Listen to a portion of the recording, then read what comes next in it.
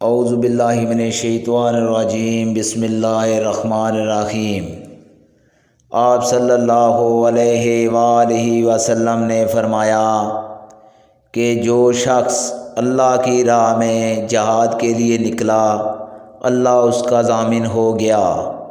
اللہ تعالیٰ فرماتا ہے، اس کو میری ذات پر یقین اور میرے پیغمبروں کی تصدیق نے اس سرفروشی کے لیے گھر سے نکالا ہے۔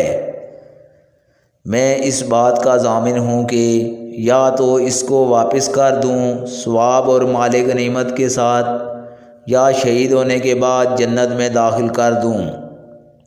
رسول اللہ صلی اللہ علیہ وآلہ وسلم نے فرمایا، اور اگر میں اپنی امت پر اس کام کو دشوار نہ سمجھتا تو لشکر کا ساتھ نہ چھوڑتا، اور میری خواہش ہے کہ اللہ کی راہ میں مارا جاؤں، پھر زندہ کیا جاؤں، پھر مارا جاؤں، پھر زندہ کیا جاؤں، پھر مارا جاؤں۔ صحیح بخاری حدیث نمبر 36۔ حضرت صلی اللہ علیہ وآلہ وسلم نے فرمایا، جو کوئی رمضان میں راتوں کو ایمان رکھ کر اور ثواب کے لیے عبادت کرے، اس کے اگلے گناہ بخش دیے جاتے ہیں۔ صحیح بخاری حدیث نمبر 37۔ حضرت صلی اللہ علیہ وآلہ وسلم نے فرمایا، جس نے رمضان کے روزے ایمان اور خالص نیت کے ساتھ رکھے، اس کے پچھلے گناہ بخش دیے گئے۔